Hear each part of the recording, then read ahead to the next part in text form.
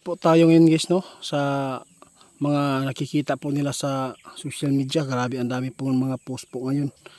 Ngayon po nga darating ng Pizza City ng September. Mag-ingat po tayo, baka po ay magkatotoo po yung nagpaabot po, no, nagpost na magkakaroon po ng blood moon o red moon. Kaya nandito tayo guys, itatanong po natin kung ano po ba ang mangyayari. Sinabi po dito doon sa post nila, may nagpaabot sa atin, itatanong daw natin sa ating kaibigan kung totoo po ba ito na 80 minutes, no, magkakaroon ng blood moon. Kaya may babala si kaibigan dyan, no, noong isang linggo pa kaibigan.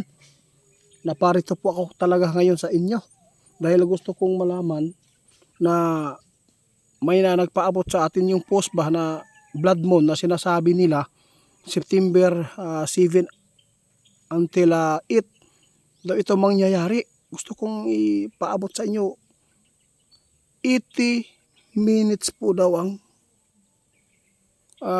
tagal na magkakaroon po ng blood moon o red moon. Ano po ba ang nakikita po ninyo dito? Ano po ba ang ating maipaabot sa mga tao ngayon?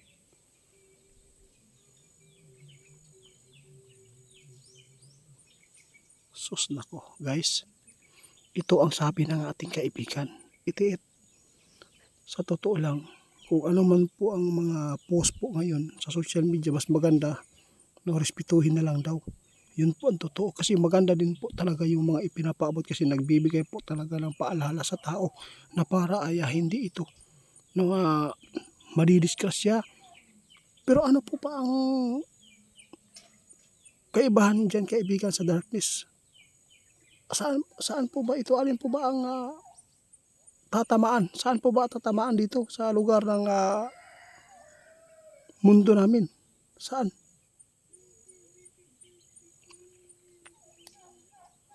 Guys, kung mangyari daw ito, mababala si kaibigan ha, na wag po talaga ninyo palabasin ang mga sanggol po nyong mga anak, maliliit pa, kapag ito ay magkaroon ng blood moon na sinasabi.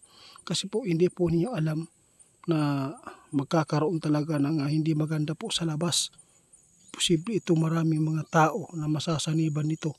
Dahil po kapag ang mga tao na, lalo na yung mga tao na sobrang tahimik po, karang burong ba, na hindi po nakikipag-usap sa tao. Kaya ito po yung ingatan ninyo ha, kasi baka po saniban. Ano po ang gagawin po sa kapwa nilang tao. Kaya ngayon, kung mangyayari man yan, kailangan ninyo nasa loob lang kayo. Sabi ng ating kaibigan noon, kaibigan.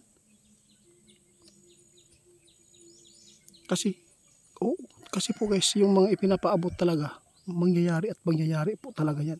Ngunit hindi po alam ng ating kaibigan kung kailan ito. Kaya ipinatanong natin kay kaibigan ngayon. Tinanong po natin sa kaibigan kung magaganap po ba sa September 7. Pero sinabi ng ating kaibigan, wala siyang tinugon dito na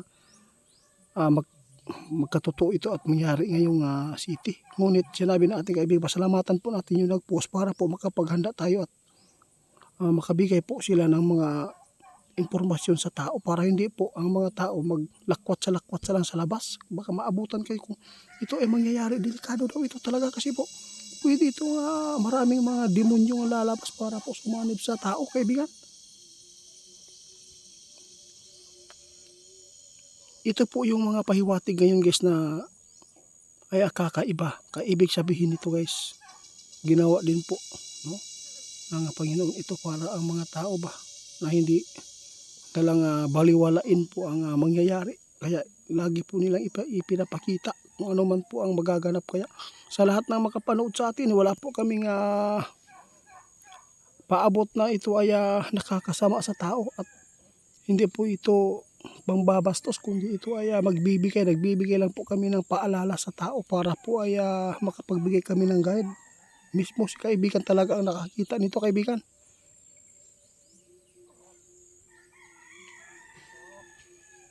Sa lahat daw ng maabutan nitong video, i-share ninyo guys. Kasi sa September, malapit na, September 7, anong oras, anong pizza ba ngayon? Parang 5 yata. No, 5. Diba, ilang araw na lang guys. Yung post ng tao na yan sa social media, kailangan po natin na mapaghandaan yan. Kasi hindi po natin alam, kasi meron din po talagang mga tao na nakakakita at nakakaditik at nakapag karabitaw nakapag encounter na sila ng ipinapabot nila ay nagkatotoo. Kaibigan, yun po ang depensa ni kaibigan ngayon sa inyo. Kahit wala po sila nakikita na magkakaroon ng ganyan sa Pizza City sa September, ang importante ay handa kayo at nakita ninyong mga post. Maalala natin, may nag-post nga, Pizza City, magkakaroon ng blood mo, kailangan natin yung mga anak natin, hindi natin palabasin kasi delikado, sabi ng duwende, kaya dapat po nasa loob tayo. Manalangin lang, ayun lang po talaga ang maganda dito. Kaibigan, daghang salamat sa inyo ang mga advice ha. Guys, huwag po ninyong baliwalain po ang sinabi ng ating kaibigan. Kahit hindi po sila ang nagbibigay po ng babala na yan, pero posible itong magaganap talaga guys. Hindi man sa Pizza City, pero sa susunod, di ba? At least nalaman ninyo kung ano po ang mga bawal na gawin para hindi kayo mapapahamak. Hanggang dito na lang kaibigan.